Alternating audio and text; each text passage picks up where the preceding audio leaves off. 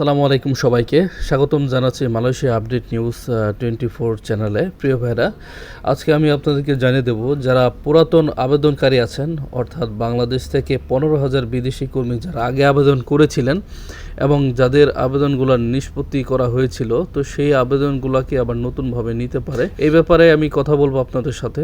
তবে তার আগে বলে নিব, আপনারা যারা আমার চ্যানেলটিকে সাবস্ক্রাইব করেননি অবশ্যই চ্যানেলটিকে সাবস্ক্রাইব করে দিয়ে আমাদের পাশেই থাকবেন।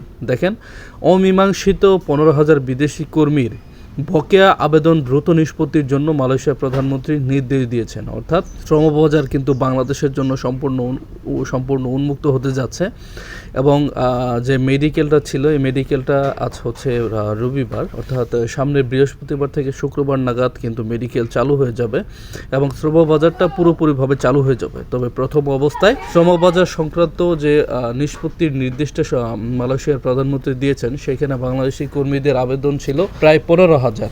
তো সর্বপ্রথম ধাপে এই 15,000 কর্মী কিন্তু মালয়েশিয়া যেতে পারবেন এবং সেটা খুব শীঘ্রই যাবেন। সিন্ডিকেটের প্রথায় এড়িয়ে সব বৈধ প্রক্রিয়ায় বাংলাদেশি কর্মী প্রেরণে উভয় দেশের দ্বিপক্ষীয় আলোচনার অগ্রগতি হয়েছে। এর মধ্যে কিন্তু আবারও বৈঠক করেছিল বাংলাদেশ এবং মালয়েশিয়া সরকার।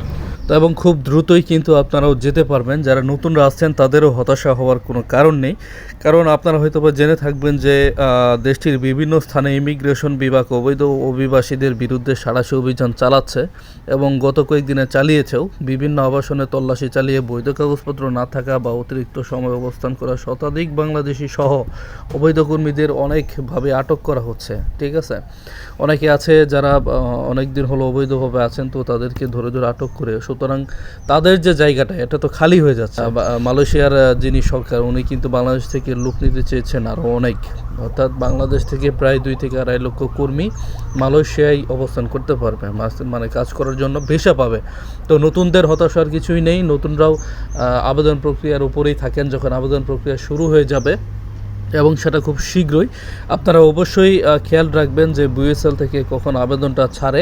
তো সরাসরি আপনি মোবাইলের মাধ্যমে বা যে কোনো কম্পিউটারের দোকানে গিয়ে নিজের আবেদন নিজেই করে নিতে পারবেন। তো ধন্যবাদ, ভালো থাকবেন। এই ছিল আজকের আপডেট খবর।